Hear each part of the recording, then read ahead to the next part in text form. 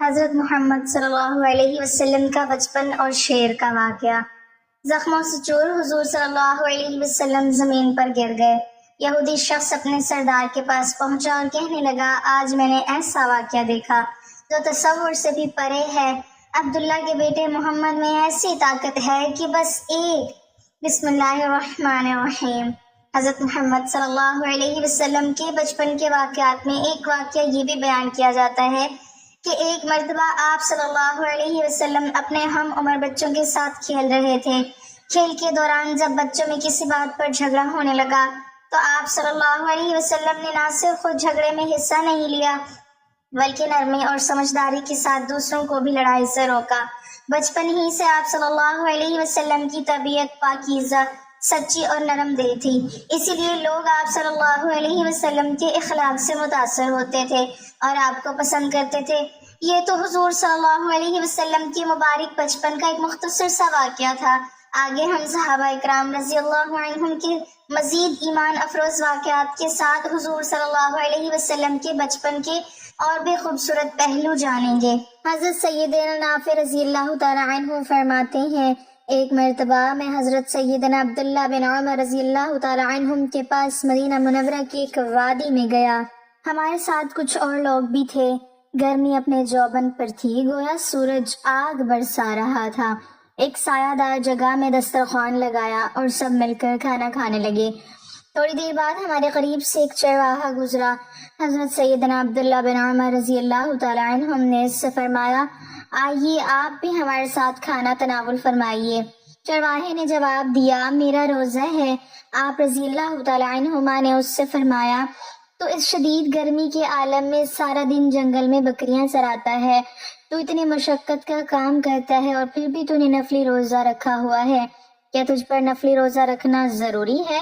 یہ سن کر چرواہا کہنے لگا، کیا وہ وقت آ گیا ہے جن کے بارے میں قرآن پاک میں فرمایا گیا، کھاؤ اور پیو، اللہ تعالیٰ کی نعمتوں کا شکر ادا نہ کرو، جیسے آپ لوگ اس درخت کے سائے کے نیچے بیٹھ کر کھانا تناول فرما رہے ہیں، کہ اللہ رب العزت کا اس سائے کے لیے بھی شکر ادا نہ کرو۔ حضرت عبداللہ بن عمر رضی اللہ تعالیٰ عنہ اپنی جگہ سے اٹھے اور اس چرواہے کو سینے مبارک سے لگا لیا اور فرمایا، ہمارے نبی کریم صلی اللہ علیہ وسلم کا دین مٹ ہی نہیں سکتا جب تک آپ جیسے لوگ اس دین پر قائم ہیں۔ حضرت سیدنا عبداللہ بن عمر رضی اللہ تعالیٰ عنہ اس چرواہے کی حکیمانہ باتیں سن کر بڑے حیران ہوئے اور اس سے فرمانے لگے، تم ہمیں ایک بکری فروخت کر دو، ہم اسے ذبح کریں گے اور تمہاری بکری کی مناسب قیمت بھی ادا کریں گے۔ آپ رضی اللہ تعالی عنہ کی یہ بات سن کر وہ چرواہا عرض گزار ہوا، حضور یہ بکریاں میری ملکیت میں نہیں بلکہ یہ میرے آقا کی ہیں، میں تو غلام ہوں، میں انہیں کیسے فروخت کر سکتا ہوں؟ آپ رضی اللہ تعالی عنہ اس کی امانت داری سے بہت متاثر ہوئے اور ہم سے فرمایا، یہ بھی تو ممکن ہے کہ یہ چرواہا ہمیں بکری بیچ دیتا اور جب اس کا آقا پوچھتا تو جھوٹ بول دیتا کہ بکری کو بھیڑیا کھا گیا، لیکن دیکھو یہ کتنا امانت دار چرواہا ہے۔ چرواہے نے بھی یہ بات سن لی، اس نے آسمان کی طرف انگلی اٹھائی اور یہ کہتے ہوئے وہاں سے چلا گیا، اگرچہ میرا آقا مجھے نہیں دیکھ رہا لیکن میرا پروردگار تو مجھے دیکھ رہا ہے، میرا رب تو میرے ہر کام سے باخبر ہے۔ حضرت سیدنا عبداللہ بن عمر رضی اللہ تعالیٰ عنہ چرواہے کی باتوں اور نیک سیرت سے بہت متاثر ہوا اور آپ رضی اللہ تعالیٰ عنہ اس چرواہے کے مالک کے پاس پہنچے اور اس نیک چرواہے کو خرید کر آزاد کر دیا اور ساری بکریاں بھی خرید کر اس چرواہے کے حوالے کر دی۔ حضرت انس رضی اللہ تعالیٰ عنہ سے روایت ہے کہ ایک انصاری گھرانے میں ایک اونٹ تھا جس پر وہ کھیتی باڑی کے لیے پانی بھرا کرتے تھے۔ وہ ان کے قابو میں نہ رہا اور انہیں اپنی مشک استعمال کرنے یعنی پانی لانے سے روک دیا۔ انصاری صحابہ حضور نبی اکرم صلی اللہ علیہ وسلم کی خدمت اقدس میں حاضر ہوئے اور عرض کیا، ہمارا ایک اونٹ تھا، ہم اس سے کھیتی باڑی کے لیے پانی لانے کا کام لیتے تھے، وہ ہمارے قابو میں نہیں رہا اور اب وہ خود سے کوئی کام نہیں لینے دیتا، ہمارے کھیت کھلیان اور باغبانی کی قلت کے بحث سوکھ چکے ہیں۔ حضور نبی اکرم صلی اللہ علیہ وسلم نے صحابہ اکرام سے فرمایا، اٹھو، بس سارے اٹھ کھڑے ہوئے اور اس انصاری کے گھر تشریف لے گئے۔ آپ صلی اللہ علیہ وسلم احاطے میں داخل ہوئے تو اونٹ جو کہ ایک کونے میں تھا، حضور نبی اکرم صلی اللہ علیہ وسلم اس اونٹ کی طرف چل پڑے۔ انصار کہنے لگے، یا رسول اللہ صلی اللہ علیہ وسلم، یہ اونٹ کتے کی طرح باولا ہو چکا ہے، ہم اس کی طرف جانے سے روکتے ہیں، آپ پر خطرہ ہے۔ حضور نبی اکرم صلی اللہ علیہ وسلم نے فرمایا مجھے اس سے کوئی نقصان نہیں ہوگا۔ اونٹ نے جیسے ہی حضور نبی اکرم صلی اللہ علیہ وسلم کو دیکھا تو آپ صلی اللہ علیہ وسلم کی طرف بڑھا، یہاں تک کہ قریب آ کر آپ صلی اللہ علیہ وسلم کے سامنے سجدے میں گر پڑا۔ حضور نبی اکرم صلی اللہ علیہ وسلم نے اسے پیشانی سے پکڑا اور اونٹ کے کان میں کچھ کہا، پھر دوبارہ انصار سے کہنے لگے اب یہ آپ کا کام کرے گا، اور حسب سابق دوبارہ کام پر لگا دیا۔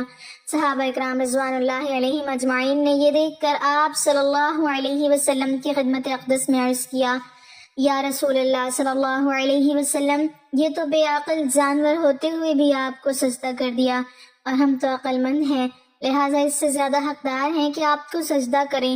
حضور اقدس صلی اللہ علیہ وسلم نے فرمایا بشر کو بشر کے سامنے سجدہ کرنا جائز نہیں، اور اگر کسی بشر کا کسی بشر کو سجدہ کرنا جائز ہوتا تو میں بیوی کو حکم دیتا کہ وہ اپنے شوہر کو اس کی قدر و منزلت کی وجہ سے سجدہ کرے جو کہ اس بیوی پر حاصل ہے۔ حضرت ابو ہریرہ رضی اللہ تعالیٰ عنہ فرماتے ہیں کہ ایک بھیڑیے نے ایک بکری کو پکڑ لیا، لیکن بکریوں کے چرواہے نے بھیڑیے پر حملہ کر کے اس سے بکری کو چھین لیا۔ بھیڑیا بھاگ کر ایک ٹیلے پر بیٹھ گیا اور کہنے لگا اے چرواہے، اللہ تعالیٰ نے مجھ کو رزق دیا تھا مگر تو نے اس کو مجھ سے چھین لیا۔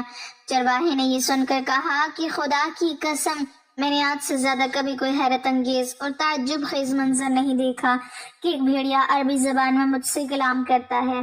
بھیڑیا کہنے لگا کہ اے چرواہے، اس سے زیادہ عجیب بات تو یہ ہے کہ تو یہاں بکریاں چرا رہا ہے اور تو اس نبی کو چھوڑے اور ان سے منہ موڑے ہوئے بیٹھا ہے جن سے زیادہ بزرگ اور بلند مرتبہ کوئی نبی نہیں آیا۔ اس وقت جنت کے تمام دروازے کھلے ہوئے ہیں اور تمام اہل جنت اس نبی کے ساتھیوں کی شان جہاد کا منظر دیکھ رہے ہیں، اور تیرے اور اس نبی کے درمیان بس ایک گھاٹی کا فاصلہ ہے۔ کاش تو بھی اس نبی کی خدمت میں حاضر ہو کر اللہ کے لشکروں کا ایک سپاہی بن جاتا۔ چرواہے نے اس گفتگو سے متاثر ہو کر کہا کہ اگر میں یہاں سے چلا گیا تو میری بکریوں کی حفاظت کون کرے گا؟ بھیڑیے نے جواب دیا کہ تیرے لوٹنے تک میں خود تیری بکریوں کی نگہبانی کروں گا۔ چنانچہ چرواہے نے اپنی بکریوں کو بھیڑیے کے سپرد کر دیا اور خود بارگاہ رسالت میں حاضر ہو کر مسلمان ہو گیا، اور واقعی بھیڑیے کے کہنے کے مطابق اس نے نبی صلی اللہ علیہ وسلم کے اصحاب کو جہاد میں مصروف پایا۔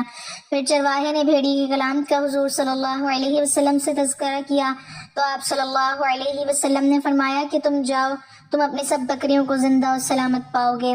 چنانچہ چرواہا جب لوٹا تو یہ منظر دیکھ کر حیران رہ گیا کہ بھیڑیا اس کی بکریوں کی حفاظت کر رہا ہے اور اس کی کوئی بکری بھی ضائع نہیں ہوئی ہے۔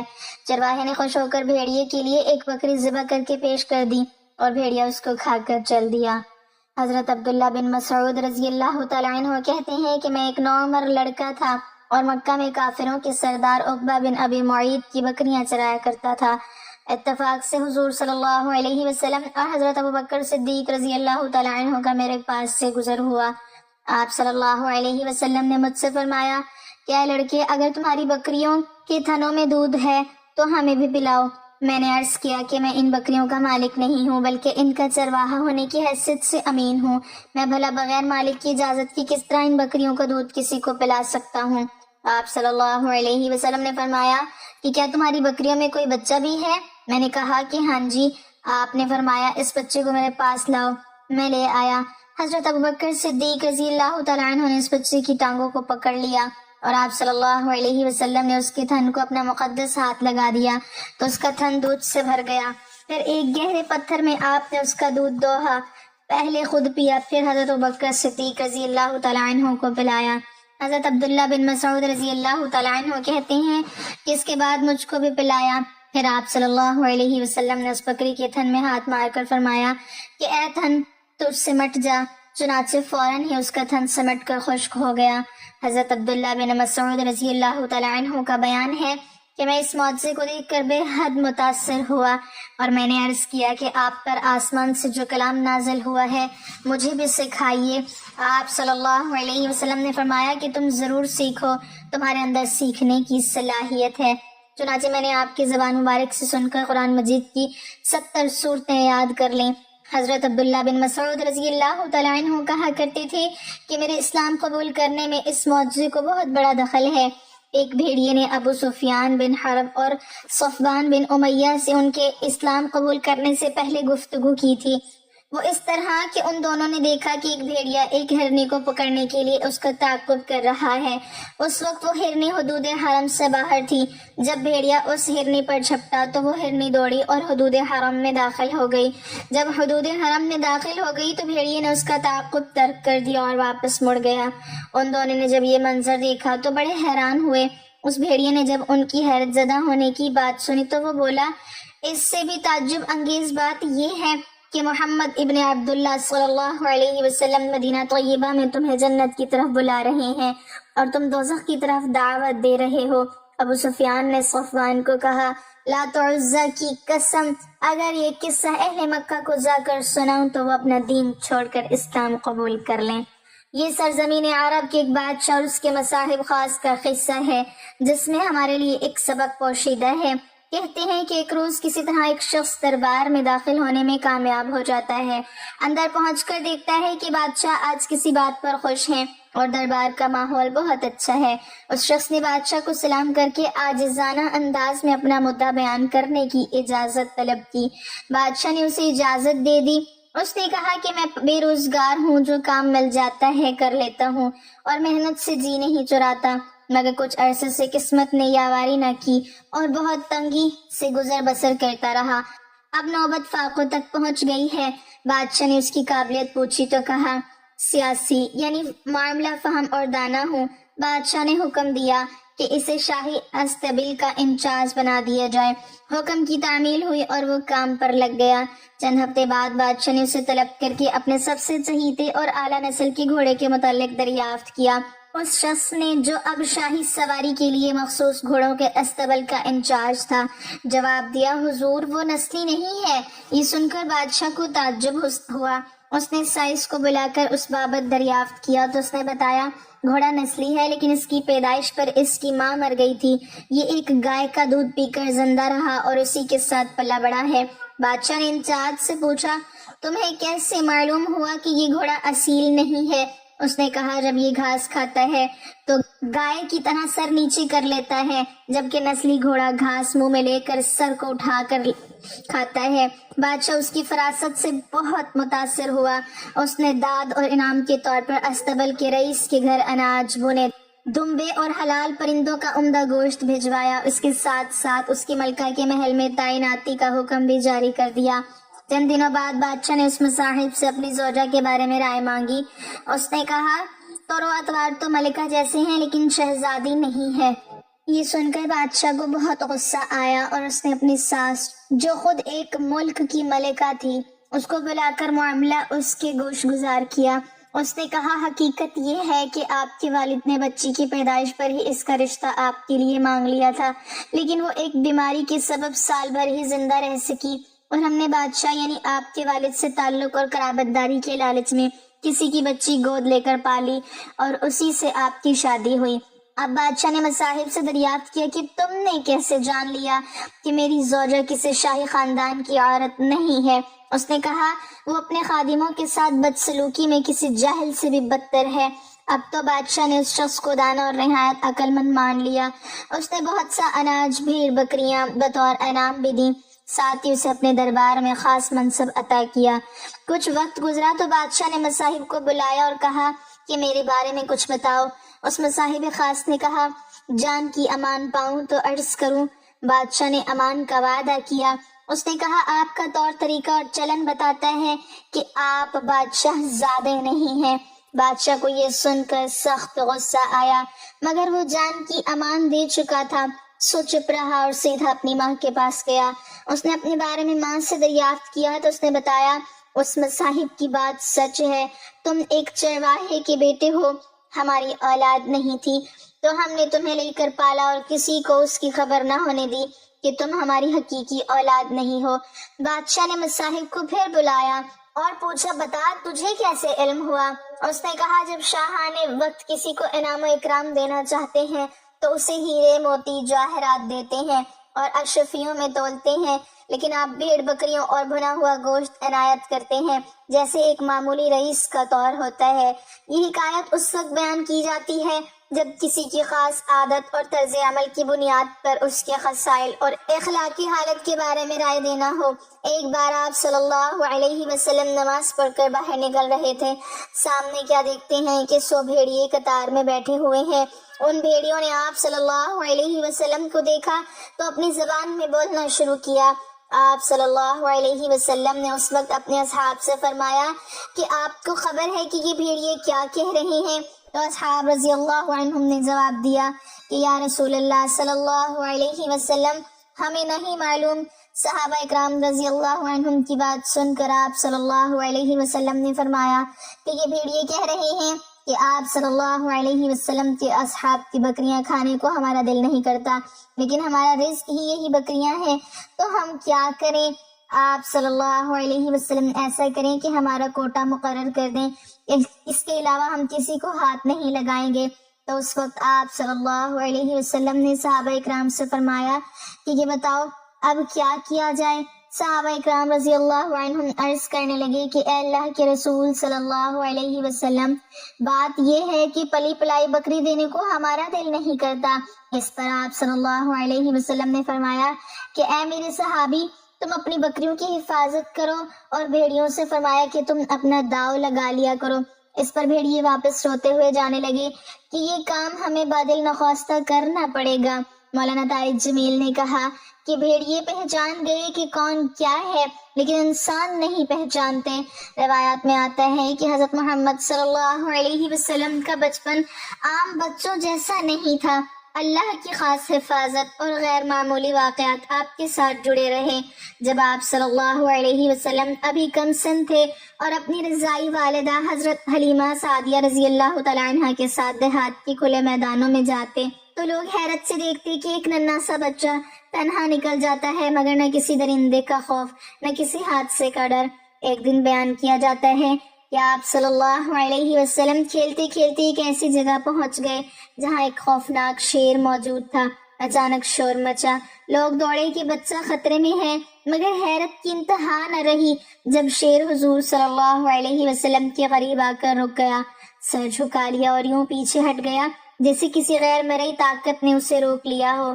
اسی واقعے کے بعد ایک لمحہ ایسا بھی آیا کہ بھاگ دوڑ کے دوران حضور صلی اللہ علیہ وسلم زمین پر گرے، جسم پر چوٹ آئی اور آپ صلی اللہ علیہ وسلم زخمی حالت میں زمین پر تشریف لے آئے۔ رضائی ماں گھبرا گئی، آنکھوں میں آنسو تھے مگر دل میں عجیب سا سکون بھی، جیسے کوئی غیبی حفاظت ہر لمحہ ساتھ ہو۔ یہی وہ منظر تھا جسے دور سے ایک یہودی نے دیکھ لیا۔ وہ دم بخود رہ گیا۔ اس نے نہ صرف یہ واقعہ دیکھا بلکہ بچے کے چہرے پر وہ نشانیاں پہچان لی جو وہ اپنی کتابوں میں پڑھ چکا تھا۔ وہ فوراً اپنے سردار کے پاس پہنچا اور کہنے لگا، آج میں نے ایسا واقعہ دیکھا ہے کہ اگر بتاؤں تو تم یقین نہیں کرو گے۔